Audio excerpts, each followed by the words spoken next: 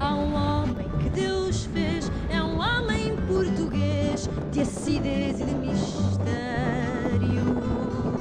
Olhos negros finetes, não suporta aridez, um olhar grosso, cara sério.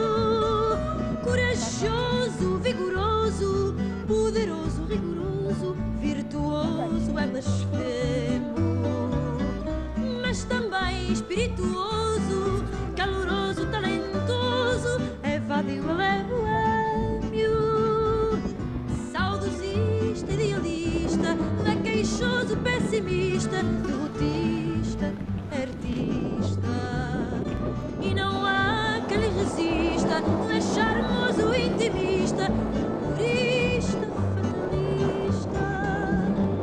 Este homem sem igual, especial e imoral, é destino